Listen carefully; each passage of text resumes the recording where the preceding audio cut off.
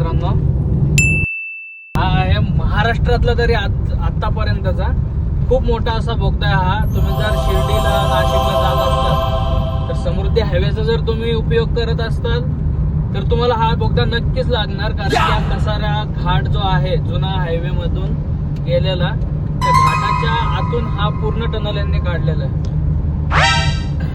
तर हा पूर्ण आहे ना बोगदा कमीत कमी 10 किलोमीटरचा आहे आणि क्रॉस करायला ऍटलीस्ट आम्हाला 10 ते 15 मिनिटं लागतात. एवढा मोठा हा टनल यांनी खांदलाय. पूर्ण मी लास्ट पर्यंत तुम्हाला दाखवतो. थोडा व्हिडिओ मी पळवणार आहे कारण की 15-20 मिनिटं जर तुम्ही तर थांबणार नाहीत बघायला.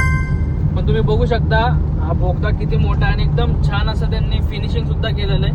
भीती पण वाटत नाही. तर अशा प्रकारे आपण हा व्हिडिओ जरा फास्ट फॉरवर्ड केलेला आहे मित्रांनो, कारण की कम्प्लिटली 10 ते 12 मिनिटं लागतात हा बोगदा क्रॉस होण्यासाठी. तुम्ही बघू शकता अत्यंत हा महाराष्ट्रातला सर्वात मोठा टनल आहे. तुम्ही आतापर्यंत लोणावळ्यात गेला असताल, कसाऱ्या घाटात गेला असताल, अजून पण कोकणा साईडला जात असताल, तिथे सुद्धा घाट लागत असतील, तिथे सुद्धा टनल तुम्हाला लागत असतील.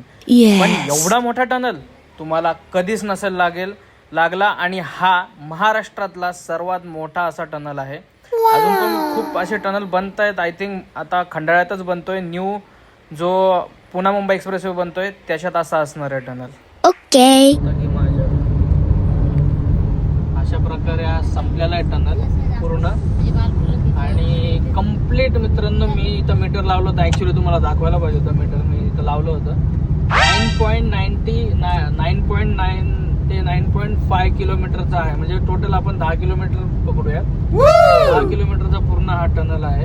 ओके, तुम्ही जर पहिल्यांदा येताल ना अशी भीतीच वाटेल तुम्हाला की अरे आपण आलो कुठे, संपतोय की नाही. आणि ज्याला फोबिया आहे ते तर पक्का घाबरून पाहिजे माणूस. नक्की मित्रांनो, जर तुम्हाला व्हिडिओ माझे आवडत असतील तर लाईक, शेअर, सबस्क्राईब करा माझं चॅनल.